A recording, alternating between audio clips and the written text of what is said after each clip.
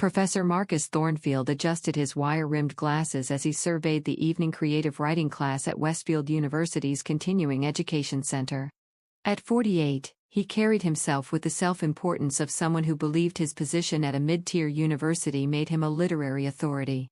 His salt and pepper beard was meticulously groomed, his navy blazer pressed to perfection, and his expression held the perpetual condescension of a man who had never quite achieved the recognition he felt he deserved.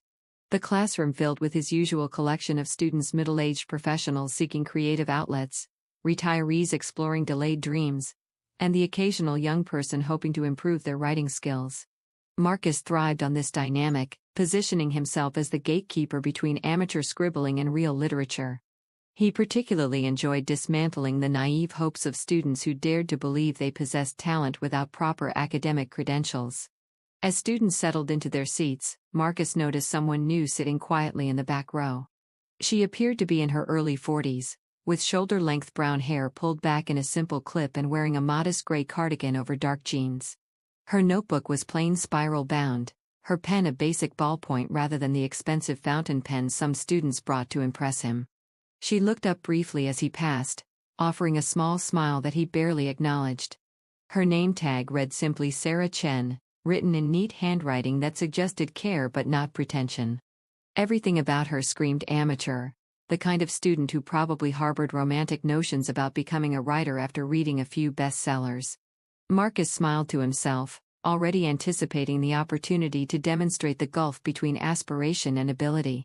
Tonight's lesson was on narrative voice and perspective, concepts he knew would challenge the less sophisticated students. Perfect for establishing the intellectual hierarchy he maintained in every class. "Good evening, everyone," Marcus began, his voice carrying the practiced authority of someone accustomed to being the smartest person in the room.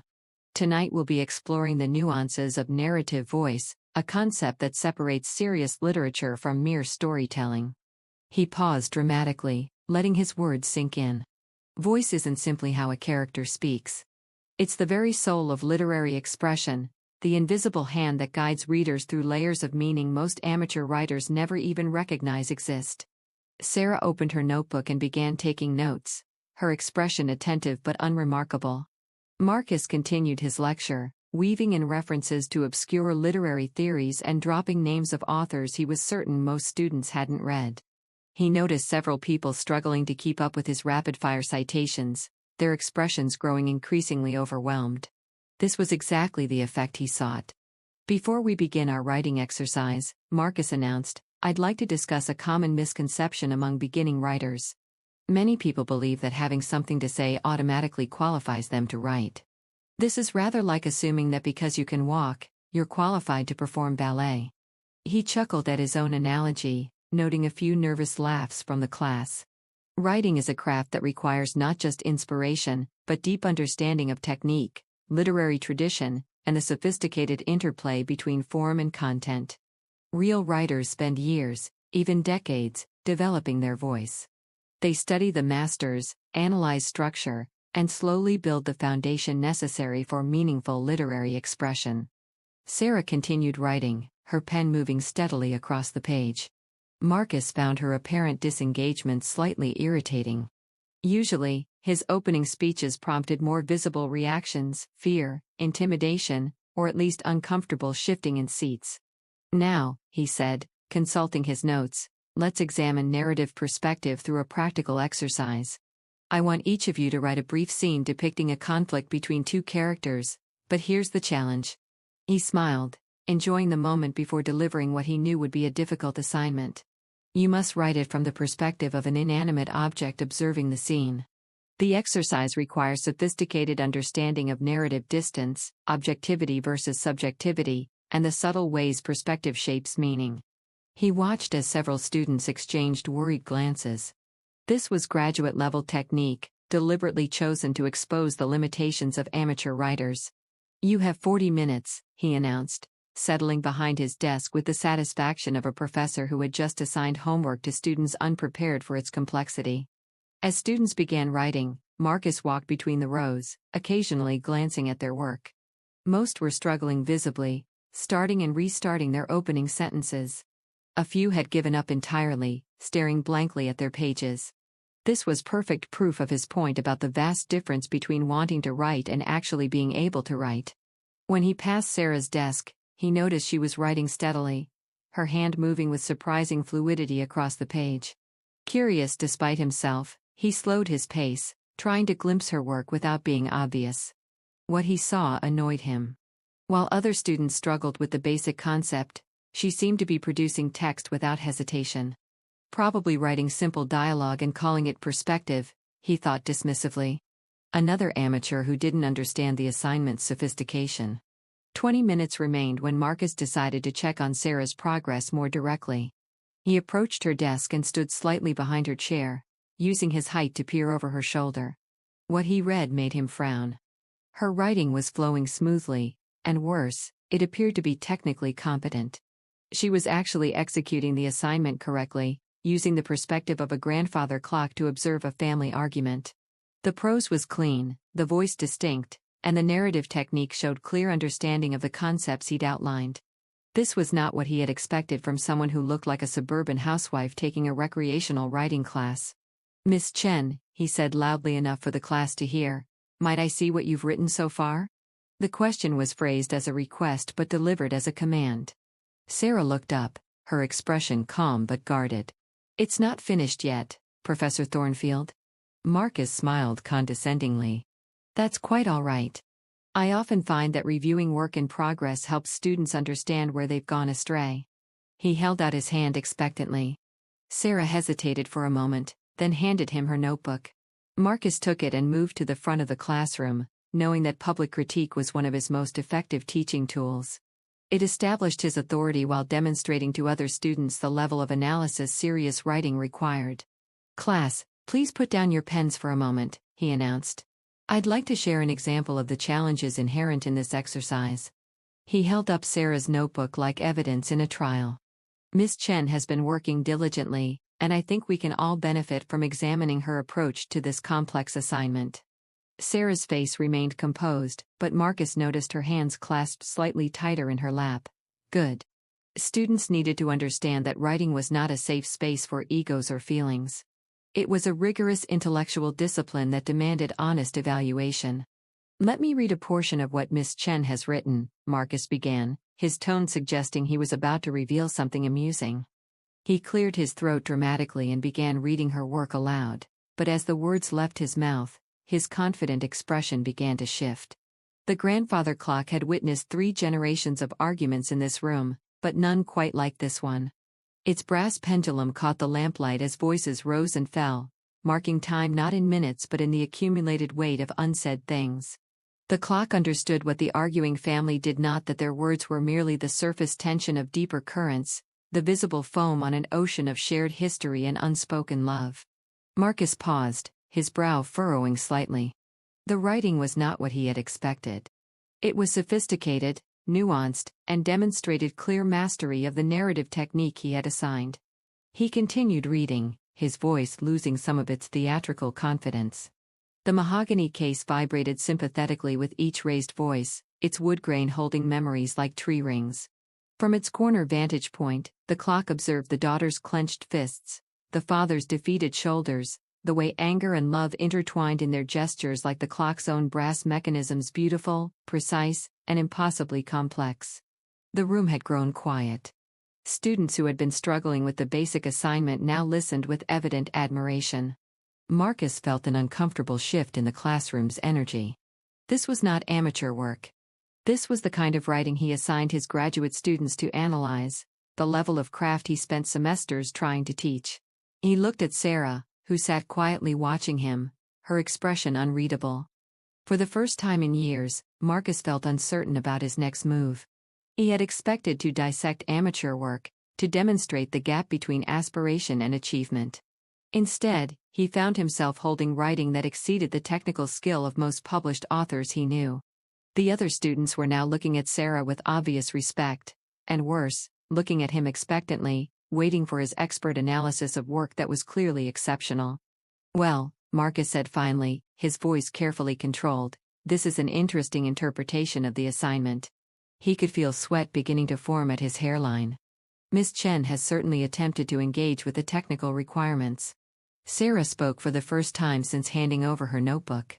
Is there something specific about the narrative perspective that concerns you, Professor? Her question was polite but carried an undertone that made Marcus uncomfortable. It suggested confidence, perhaps even expertise, that didn't align with his assessment of her as an amateur student seeking validation. Marcus found himself in an unfamiliar position. The writing was undeniably skilled, but admitting this would undermine the lesson he had intended to teach about the difficulty of sophisticated narrative technique. Instead, he decided to probe deeper, hoping to find flaws that would restore his authority. The technical execution is adequate, he said, choosing his words carefully, but I'm concerned about the underlying assumptions in your approach. You've anthropomorphized the clock quite extensively, which suggests a fundamental misunderstanding of objective narrative perspective. He felt more confident now, believing he had identified a critical weakness. True objectivity in narrative voice requires eliminating subjective interpretation entirely. Your clock has opinions, makes judgments, and even demonstrates emotional understanding. This is not the sophisticated neutral perspective that serious literary fiction requires. Sarah listened carefully, then responded with a question that surprised him. Are you referring to the new critical interpretation of objective narration, or the more contemporary understanding that acknowledges the impossibility of true neutrality in any narrative voice? Marcus blinked. The question demonstrated familiarity with literary theory at a level that extended far beyond what he expected from a continuing education student. The specific references to new criticism and contemporary narrative theory suggested graduate-level study, possibly beyond. I'm referring to fundamental principles of narrative craft, he replied, attempting to regain control of the discussion. The kind of disciplined approach that distinguishes professional writing from amateur experimentation. Sarah nodded thoughtfully. I understand your perspective. In my experience, though, the most powerful narrative voices often embrace their subjectivity rather than hiding from it. Even when we attempt objectivity, we're still making choices about what details to include, how to structure information, and what language to use. Perhaps the clock's apparent consciousness reflects the reality that all narrative perspective is constructed. The classroom had grown completely silent. Students watched the exchange with fascination, sensing they were witnessing something unusual. Marcus felt the uncomfortable realization that Sarah was not just demonstrating familiarity with advanced literary concepts, she was articulating them with the fluency of someone who had spent years thinking about these issues professionally. Who exactly are you? He asked, abandoning his planned lesson entirely. Sarah smiled slightly, the first crack in her composed demeanor. Just someone who enjoys writing, Professor Thornfield. Same as everyone else here. But Marcus was no longer satisfied with that answer. Your background, he pressed. Where did you study? What kind of writing experience do you have? The questions came out more aggressively than he intended, revealing his growing anxiety about the situation. Sarah looked around the classroom, noting the attention focused on her. I've been writing for about 20 years, she said simply. Mostly fiction. Some of it has been published. Published where? Marcus demanded. What kind of publications? Sarah hesitated, clearly reluctant to provide details. A few magazines, she said finally. Some books. Nothing you'd probably recognize. Marcus pulled out his phone and began typing rapidly. The classroom watched as he searched, his expression growing increasingly troubled with each swipe. After several minutes of searching, his face went pale. Sarah Chen, he said slowly, his voice barely above a whisper. You're Sarah Chen. The Sarah Chen. The collective intake of breath from the class was audible. Several students immediately began searching on their own phones, their expressions shifting from confusion to awe as they discovered what Marcus had found. Sarah Chen wasn't just published, she was one of the most critically acclaimed literary fiction writers of her generation. Her novel The Weight of Invisible Things had won the National Book Award 3 years earlier. Her short story collection Ordinary Mysteries had been a Pulitzer Prize finalist. She had been featured on the cover of major literary magazines and taught workshops at prestigious writing conferences around the world. The simple woman in the gray cardigan sitting quietly in the back of Marcus's continuing education class was, quite literally, one of the most respected literary voices in contemporary American fiction. Marcus stared at his phone screen, then at Sarah, then back at his phone, as if the information might change if he looked enough times. The weight of his earlier condescension crashed down on him like a physical force. He had lectured one of the country's most celebrated authors about narrative technique. He had dismissed her work as amateur. He had publicly critiqued writing by someone whose craft exceeded his own by orders of magnitude. "Why," he managed to ask, his voice cracking slightly, "why are you here?" "In my class." Sarah's expression softened with something approaching sympathy. "Because I love learning about writing," she replied gently. "I've been working on something new, and I wanted to explore different approaches to narrative voice. I thought a class might give me fresh perspectives." The humility in her response only made Marcus feel worse. She wasn't here to prove anything or seek validation. She was genuinely interested in craft, in the kind of continuous learning that marked true professionals.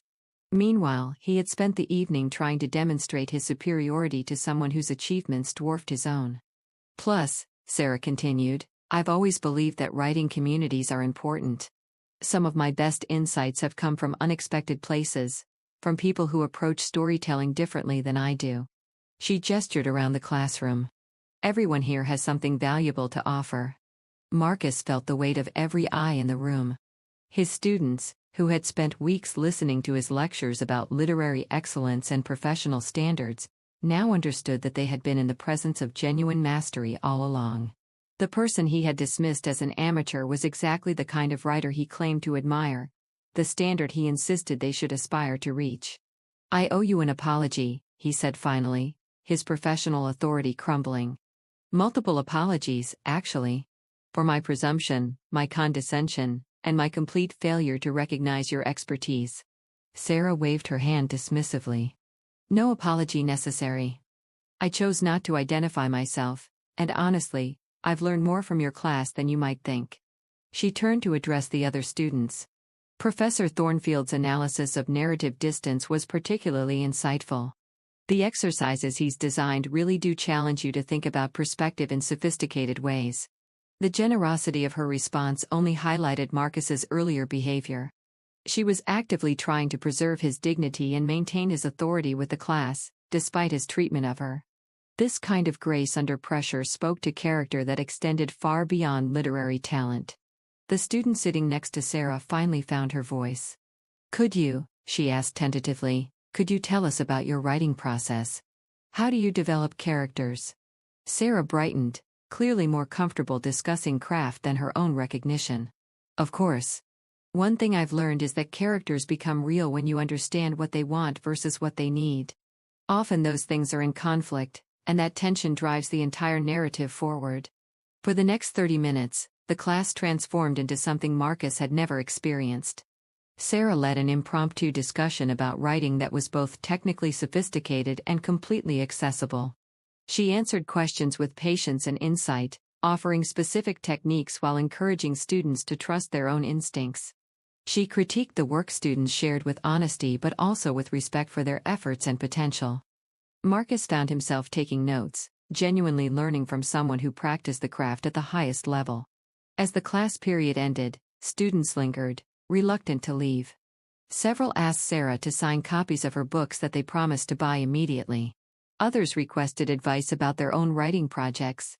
Throughout it all, Sarah remained approachable and encouraging, treating each person's questions with serious consideration. Marcus waited until the room had cleared before approaching her. "Miss Chen," he began, then corrected himself. "Sarah.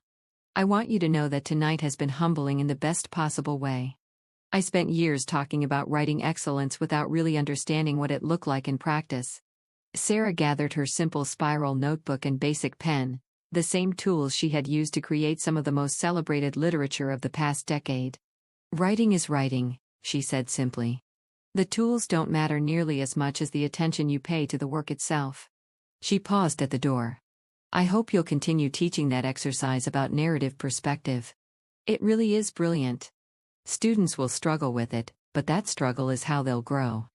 After she left, Marcus stood alone in the empty classroom, surrounded by the remnants of an evening that had changed his understanding of teaching, of writing, and of the assumptions he made about people based on appearances.